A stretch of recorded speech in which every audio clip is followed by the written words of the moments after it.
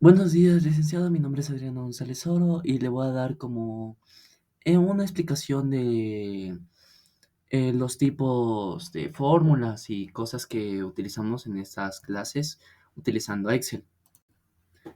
Primero creamos la primera tabla de la izquierda, la grande, donde teníamos para hacer el IMG los primeros datos. Primero ponerles en número o enumerarlos del 1 al 8. Luego darles nombre, peso en kilogramos y altura o estatura en metros.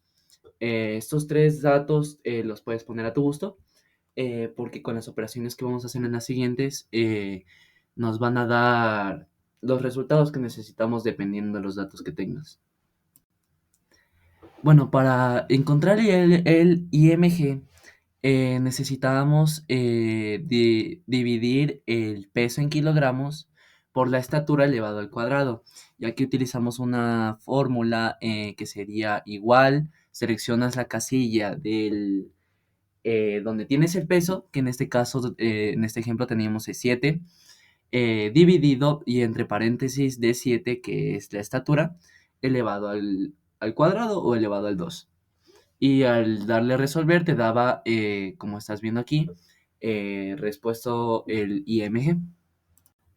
Luego creamos un segundo cuadro o tabla donde poníamos qué IMGs tendrían de límite o entre qué IMGs serían lo normal, lo peso bajo, sobrepeso y obesidad 1. Ahora teníamos que darles el diagnóstico o asignarles el diagnóstico a los IMG de los casos de la izquierda. Para eso era la segunda tabla, donde les dábamos los IMGs límites para los distintos tipos de diagnóstico, como bajo peso, normal, sobrepeso y obesidad 1. Luego en la tabla de diagnóstico seleccionábamos y le poníamos sí, E4, que en este caso seleccionamos toda la parte donde tenemos los IMGs de la parte izquierda, que sería E4 a E11. Bueno, si en estos recuadros había uno que era menor de 18.5, le asignaban el nombre de bajo peso. Luego, si era menor de 25, le daban normal. Si era menor de 30, le daban sobrepeso. Y si no estaba en ninguno de estos, le daba obesidad 1. ¿Y cómo evitas que te marque varias opciones? Si, digamos, ve que tiene un peso que está debajo de los 25, pero también abajo de los 18.5, para que no te haga eso, tenías que poner todo en un mismo cuadro o en una misma operación. Y así, si era el más bajo o el término más bajo o el diagnóstico más bajo, mejor dicho, te asignaba ese. Bueno, ahora teníamos que hacer ya las operaciones matemáticas donde teníamos que contar la cantidad que había y hacer el porcentaje.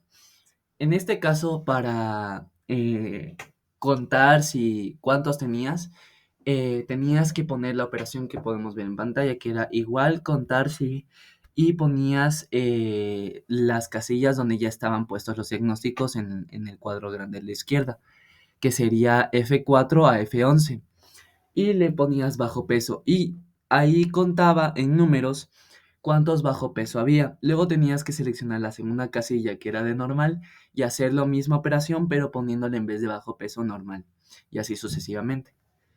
Luego para hacer los pesos tenías que realizar una operación matemática un poco sencilla.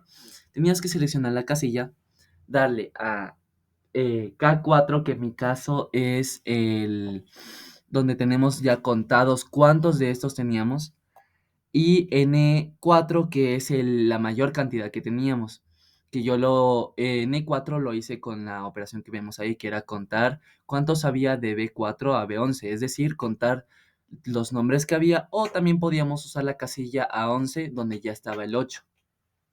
Bueno, después de esto le ponemos K4, que en este caso es la cantidad que tenemos de cada uno, como en este ejemplo, bajo peso tenemos 3.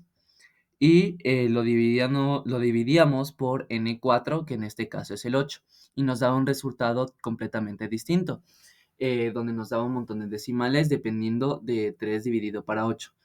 Y a continuación te voy a explicar cómo lo cambiamos a porcentajes. Luego seleccionábamos la casilla donde teníamos ya el resultado y nos salían distintos formatos para escoger de la cantidad que teníamos puesto. Entonces buscábamos en numeración o números y aparecía porcentaje y te sale un porcentaje del 100%, que en este caso es 8.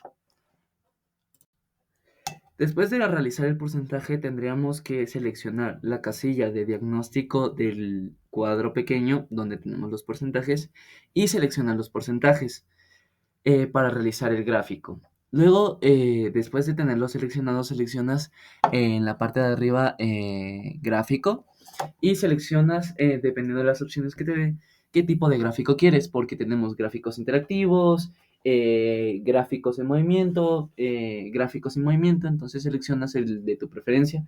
En mi caso fue gráfico normal sin movimiento en líneas o por cantidad. Al seleccionarlo, te va a pedir que llenes un poco de requisitos o de información de dónde quieres que se coloque la tabla o el gráfico, si está bien seleccionado los temas o los porcentajes que quieres utilizar y otras cosas más como los colores. Luego le das a Enter y ya se te genera la tabla con los porcentajes de cada uno y con los nombres. Luego teníamos que usar las condicionales o las reglas para darles colores específicos a cada uno. Esto se hace seleccionando los cuadros completos donde están todos los diagnósticos y seleccionando un tipo de diagnóstico en las opciones que sea tipo de texto, porque también hay otros que sean con tipos de números, con cantidades, con mínimos, con máximos, pero en este caso utilizamos conectores de texto.